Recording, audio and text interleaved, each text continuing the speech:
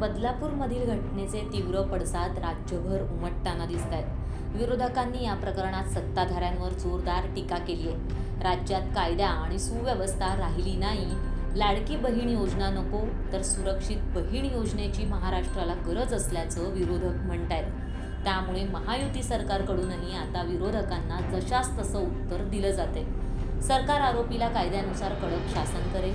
बदलापूर प्रकरणातही योग्य ती कारवाई सुरू असून विशेष SIT नेमण्यात आल्याचं सरकारकडून सांगण्यात येत आहे। त्यातच मुख्यमंत्री एकनाथ शिंदे यांनी आपल्या भाषणात एका खटल्याचा संदर्भ देत 2 वर्षांत आरोपीला फाशीची शिक्षा झाल्याचं म्हटलंय।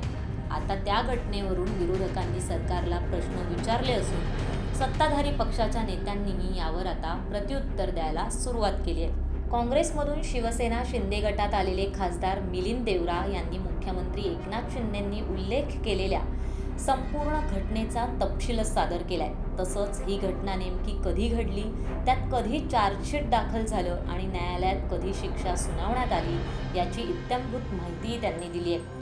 मुख्यमंत्री एकनाथ शिंदेंनी भाषणात उल्लेख केलेली घटना ही 2 ऑगस्ट 2022ची आहे आणि ती घटना मावळ येथील बलात्कार आणि खुनाच्या गुन्ह्याचा हा विषय आहे। राज्यामध्ये या महाराष्ट्रामध्ये ते म्हणत होते की लाडकी बहीण नको, सुरक्षित बहीण पाहिजे।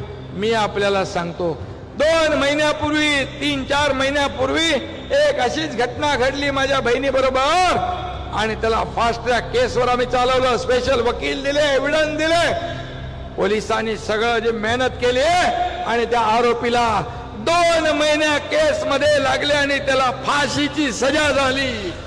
या प्रकरणी मावळ पोलिसांनी FIR दाखल करून जलद गतीनं तपास केला होता। पुणे जिल्ह्याच्या मावळ तालुक्यातील कोथुर्णे गावातील 6.5 वर्षांच्या बालिकेचं अपहरण झालं होतं। तसंच तिच्यावर लैंगिक अत्याचार करून तिचा निर्घृण खून करण्यात आला होता। 2 ऑगस्ट 2022ला ही घटना घडली होती। या प्रकरणी आरोपी तरुणाला पुण्यातील विशेष न्यायालयानं फाशीची शिक्षा सुनावली आहे। तपासामध्ये आरोपी तेजस दळवीच्या आईचा सुद्धा या गुन्ह्यामध्ये सहभाग असल्याचं समोर आलं होतं।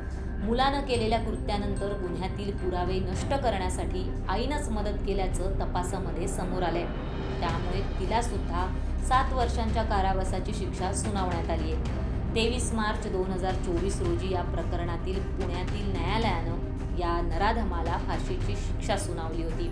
खासदार मिलिंद देवरा यांनी याच घटनेचा उल्लेख मुख्यमंत्री एकनाथ शिंदेंनी केल्याचं सांगितलंय। देवरांनी असंही म्हटलंय की बदलापूर प्रकरणातही मुख्यमंत्री स्वतः लक्ष देऊ नयेत। मुख्यमंत्र्यांनी 2 महिने असा उल्लेख या भाषणामध्ये केला। त्यांना खरं तर 2 वर्षाच्या आत आरोपीला शिक्षा झाली असं म्हणायचं होतं, असं मिलिंद देवरा यांनी स्पष्ट केलेलं आहे।